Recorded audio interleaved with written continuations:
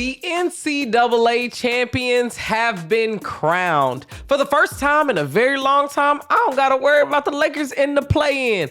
The hardest job in America right now is an NBA coach, and I've got some way too early WNBA Draft predictions. Welcome to a brand new episode of The Post Up. I go by the name of DJ Tricey Trice, and I am your host, always here, posted up, running my mouth about sports. March Madness was crazy, but it's finally come to an end. April showers bring May flowers, and we gonna see how the WNBA flourishes from some of the things that happened in April leading up into the beginning of the season in May. But I am getting ahead of myself. If this is your first time here, thank you so much for joining. Make sure you like, share, subscribe. You watching this in video right now, hit the YouTube channel. Just keep coming back. You know, it's real easy. If you listening in audio, go ahead and follow the show, subscribe, so every time I drop a new episode, you will be notified.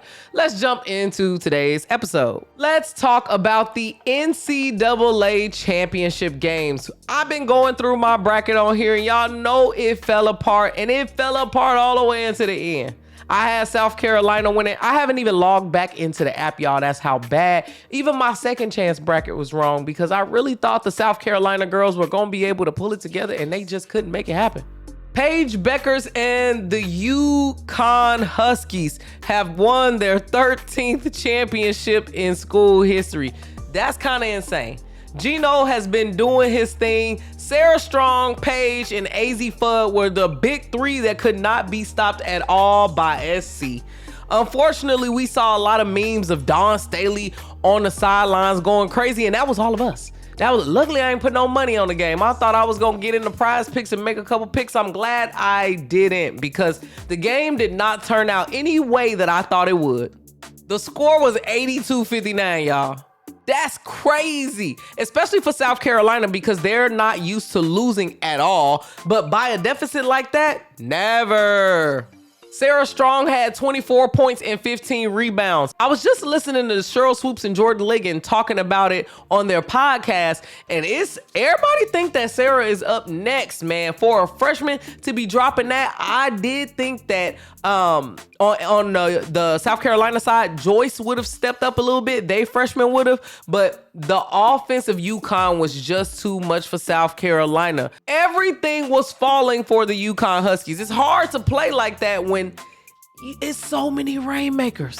AZ Fudd also scored 24 points and got most outstanding player for the entire tournament.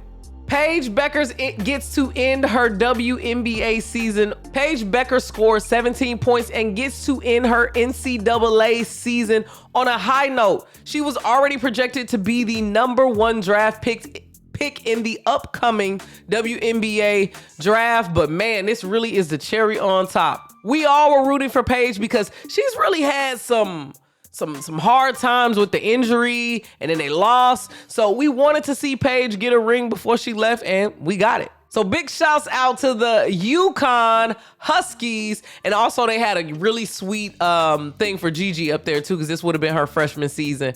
And she was all about UConn, and it just feels like divine intervention that they will win this year. Let's move on to the men's tournament. Now, I'm gonna be real. I ain't watched none of the games. I just watched the last one.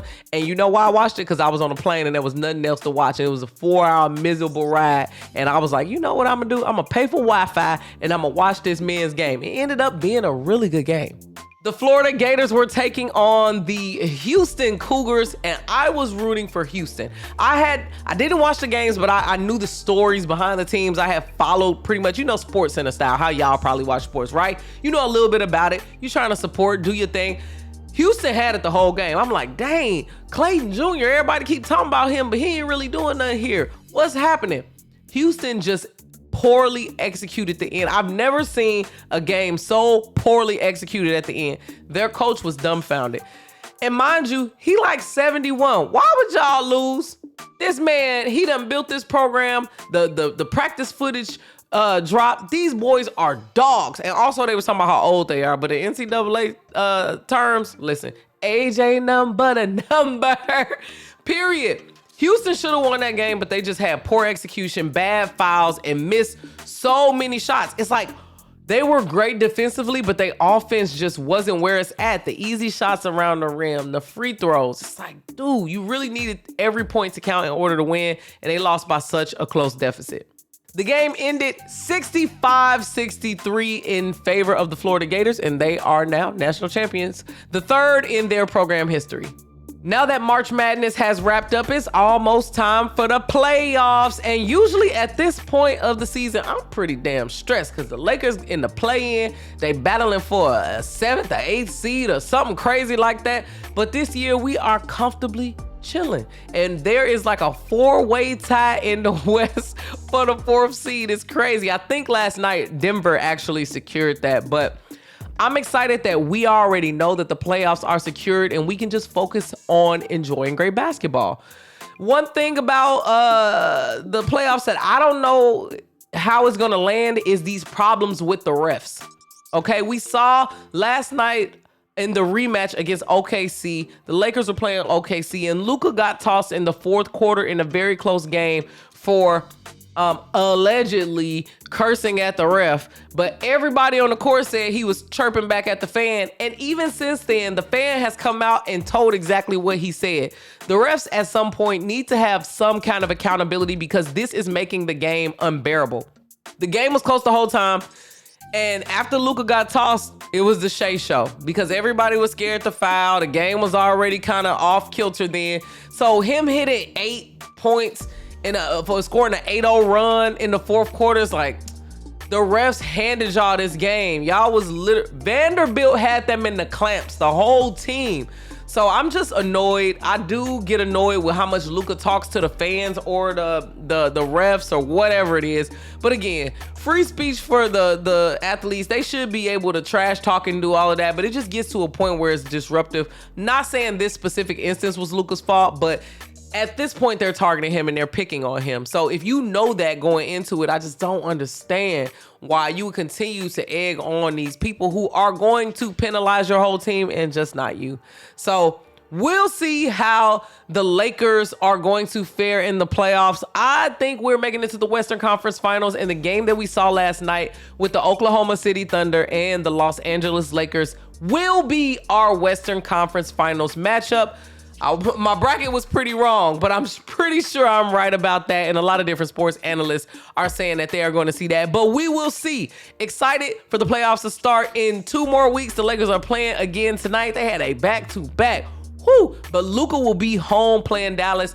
I'll cover it in the next episode. Or, if y'all are following and subscribing, I might drop an ad hoc episode just to talk about it depending on how exciting the game is. I'm hoping Luka drops 77 for his jersey number, but we shall see. The head coach of the Denver Nuggets, Mike Malone, has been terminated. And if you follow the show, you know I don't like Mike Malone. And I don't believe he deserved this at all. To get your team to the playoffs, not 1 season, not 2 seasons, and then won a championship, the first in franchise history, and to be fired before the playoffs, there must have been something brewing in that locker room. There must have been something happening in the organization that we all have no idea about, because I can't understand why any organization would terminate a coach so close to the playoffs. Are you going to do better without him? Is the team going to did he say something to Jokic? You trying to, I don't know. I feel like the general public needs a better explanation because Mike Malone and their GM got fired. So it seems like they're cleaning house, but with the season so close to end, couldn't you wait until after the playoffs? Like, why was this so pressing? I'm not sure, but it's hard to keep a job as an NBA coach. And Ty Lue was talking about it because a reporter asked him about it. And he said that coaches get paid the big bucks because they know that this is a job with high turnover. And if the team starts losing, it's your fault. You will be fired. So they know what risk they're going into. But that risk and that reward of winning is actually better than the fear of getting fired in the middle of the season or a team moving on from you. But I don't know what the Nuggets are going to do. In my opinion, this move, unless they start playing really good, Jamal Murray is also not playing right now, coming off of, I think he has an ankle injury. This pretty much throws them out of playoff contention. The Clippers are probably going to pass them now that Mike Malone's coaching isn't present. He was holding the players accountable, and I think that's something that they're really going to miss. So I don't know what's in the cards for Denver, but Mike Malone, even though he's annoying and said a lot against the Lakers, he didn't deserve this. Let me know what y'all think about the coaches and the high turnover rate in the NBA down in the comments. All right, y'all, let's go through the Athletics mock draft, and I'm going to talk about whether I agree or disagree. Now, I could pick a lot of different sports outlets to look at, but the Athletic is really, really accurate. Also, I know Sabrina over there, so I know that there's accurate reporting and people who are actually watching women's basketball on there. It's my trusted source. So let's jump into it. Paige Bueckers going to the Dallas Wings is absolutely going to happen. The Dallas Wings have already sold out their season tickets for this year, and fans kind of knew that Paige would be going there.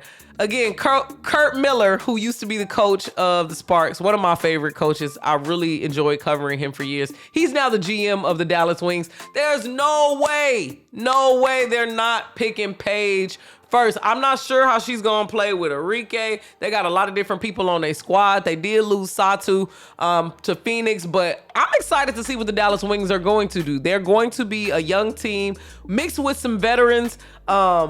Who else is there? Dejanay Carrington, Nalissa Smith.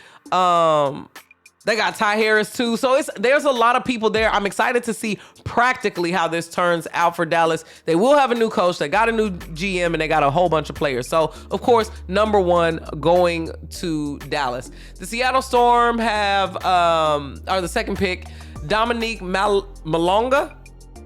Sorry, lady, I am not familiar with your game, so we just gonna trust them. Now, Sonia Citron going to the, I want to call them the Wizards, but it's the Mystics. My bad, y'all. Sonya, they got 3 picks. So let's just talk about the Mystics. The Mystics be having all the picks and be fumbling all of the rookies. I don't know what they be doing, but they got the 3rd and 4th pick. And then Kiki Iriafen from USC is slated to go to the Valkyrie. I think that's a good move for the Valkyrie because she is a Southern Californian. She played at Stanford. She played at USC. She's got a lot of fans here in California. So I think that would be good for their franchise to kind of bring over some of those fans to watch her as a freshman. And she can ball. She can ball. Come on, let's go. Sanaya Rivers to the Mystics. I'm not going to comment on the Mystics. I don't know their strategy. I'm not sure if they have a coach and GM. They fired all those people. I need to really catch up on my Mystics. But my biggest thing with them is they always fumble it and end up at the bottom somehow. So we'll see how that goes. Number 7 and 8 pick go to the Connecticut Sun. They need these players because they have let all their players go. They rebuilding. And now Marina Mabry has requested a trade. So they're going to lose. Not Marina Mabry. I'm sorry. No, that is Marina Mabry. Yeah. Because she went over there and then they lost everybody. DeWanna Bonner is now in Indiana. Alyssa Thomas is now in Phoenix. So I'm excited to see how they rebuilt their team with a new coach because their coach also went to the Indiana Fever. Let's move on to the Sparks with the number 9 pick, Serena Sundell. I would prefer that they pick Tahina Paopao. And I'm not sure if she actually declared for the draft yet, but we shouldn't let Paopao go to Chicago in the 10th spot because she can shoot lights out. We just lost Lexi Brown, which was another 3-point shooter that we had. That was kind of that spot up shooter. And I think Tahina Paopao would really fit in with the Sparks tempo, their pace.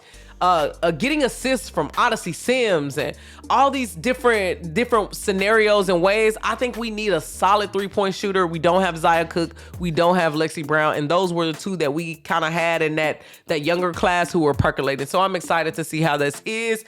Number 11 to the Minnesota Lynx, Georgia Amore, and 12, Dallas got another pick, Rhea Marshall. Here's the thing. I want to see if these people, and it's so funny, Sabrina Merchant actually picked these. So I trust Sabrina, okay? I'm shocked she doesn't think Tahina Paopao should be picked first, but I would personally pick Tahina Paopao. That's the only disagreement I have with you, Sabrina, is Tahina Paopao needs to be in LA. Her fan base is phenomenal. she's a perfect Hollywood kind of player. I'm excited to see Anissa Morrow take on new roles in Connecticut because she's been a leader for so long at LSU, and maybe she'll find her way back to playing with Angel Reese back in Chicago. We'll see. That's another team that's rebuilding. So I'm excited about the draft. I will be here live for the draft right here on my YouTube channel. So make sure you like, share, subscribe, all the things, y'all. We're kicking it. We're coming up to the best part of the year for basketball. Men's March Madness was just over. We got NBA playoffs coming soon. Right after that, the WNBA season kicks off and we can watch basketball all summer. It's an exciting time for basketball. More importantly, it's an exciting time for sports in general. There's a lot of things also happening in the NFL, but I'll cover that on my next episode. Thanks so much for tuning in to this episode of The Post Up. I go by the name of DJ Tricey Trice. Make sure you follow me on social media. That's DJ Tricey Trice at DJ TRICEY.